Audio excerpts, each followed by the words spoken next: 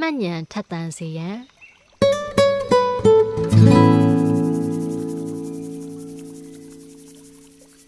စာဖတ်ခြင်းစာရေးခြင်းသည်မှတ်ဉာဏ်ကိုရင့်ကျက်ထက်သန်စေရန်လည်းဖြစ်ပါတယ်။မိမိဦးခေါင်းကိုအံဆွဲကြီးတစ်ခုလိုသဘောထားလိုက်ပါ။အံဆွဲတွေက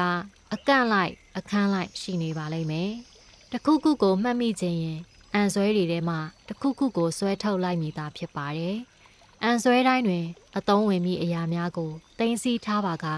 လိုအပ်ချိန်တွင်အလွယ်တကူထုတ်သုံးနိုင်မိတာဖြစ်ပါတယ်။လူတစ်ယောက်သည်မှတ်ဉာဏ်အတွက်ရေးသည်ဖတ်သည်မှတ်သည်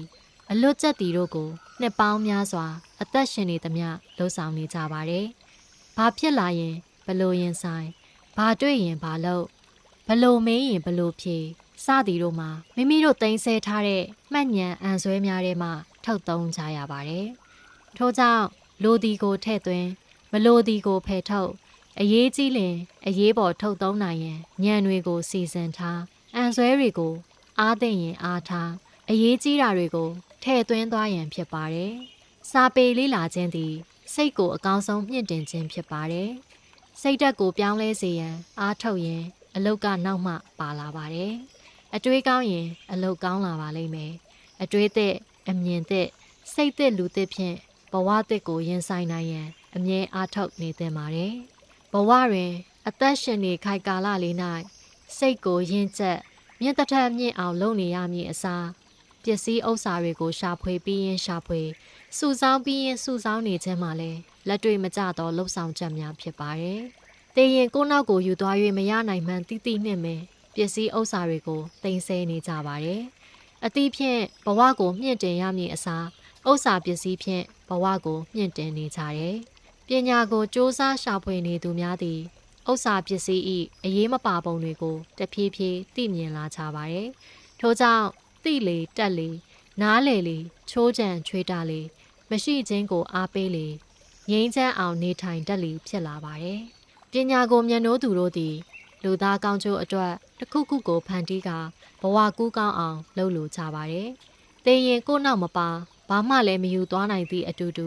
အများအတွက်အကျိုးရှိရာရှိကြောင်းထားခဲ့ရန်စ조사လှုံ့ဆော်လေးရှိကြပါတယ်။လေ့လာခြင်းသင်ယူခြင်းတက်မြောက်ခြင်းအတွက်အကောင်းဆုံးတုံ့ပြန်ရန်နည်းလမ်းမှာသင်ကြားခြင်းဖြစ်ပါတယ်။ပညာရှိသူသည်ပညာကိုပြန်လည်မျှဝေဖြန့်ဖြူးပေးလိုကြပါတယ်။ကိုတတ်ထားသမျှကိုအခြားသူတဦးဦးတတ်ပါစေသိပါစေဟုစေတနာထား၍ဖြန့်ဝေခဲ့ခြင်းကြောင့်လည်းအတွေ့အခေါ်အယူအဆများကိုနှစ်ပေါင်းများစွာလက်ဆင့်ကမ်းနိုင်ခဲ့ကြခြင်းဖြစ်ပါတယ်။အသည့်တွေကိုတိုးချဲ့ရင်တီထွင်မှုတွေကိုလှုံ့ဆော်ခဲ့ကြသောကြောင့်လူသားတွေသည်အခြားသောတရားများထက်အဆင့်မြင့်သူများဘဝကိုရောက်လာခဲ့ကြခြင်းဖြစ်ပါတယ်။စိတ်ကိုပေါ့ပေါ့လေးထားပါ။ယုတ်တိမရှိမဖြစ်နိုင်သောအကြောင်းအရာတွေထဲတွင်ပိတ်မိမနေအောင်ကြိုးစားပါ။အစွဲမထားပါနဲ့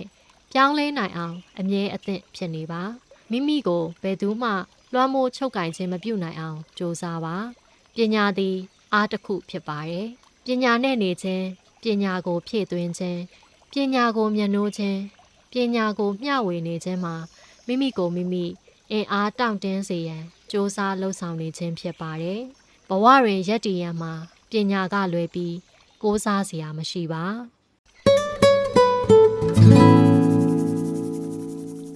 ရေအေးရ podcast ကိုနားဆင်ပေးတဲ့အတွက်ကျေးဇူးအများကြီးတင်ပါတယ်ရှင်။ဒီ podcast ကို AC Original ရဲ့ Facebook, YouTube, Spotify, Apple Podcast စတဲ့ platform များမှာနေ့စဉ်နားဆင်နိုင်ပါတယ်။အခုလိုအဖို့တန်စာပေများကိုမေတ္တာဖြင့်တင်ဆက်ခွင့်ပြုပေးတဲ့ဆရာတင်ညွန့်နဲ့မောက်ခစာအုပ်တိုက်ကိုလည်းကျမတို့ AC အဖွဲ့သားများကလှိုက်လဲစွာဖြင့်ကျေးဇူးတင်ရှိပါတယ်ရှင်။ကျမကတော့ကေပါ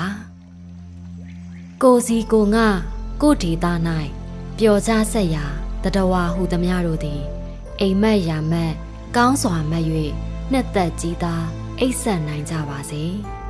မင်္ဂလာကျက်သည်ရှက်ဝေလန်းသဖြင့်စမ်းပွင့်ကြကုန်သည်ဖြစ်၍ကောင်းစွာမိုးတောက်အလင်းရောက်လျက်ထမြောက်နှိုးကြနိုင်ကြပါစေ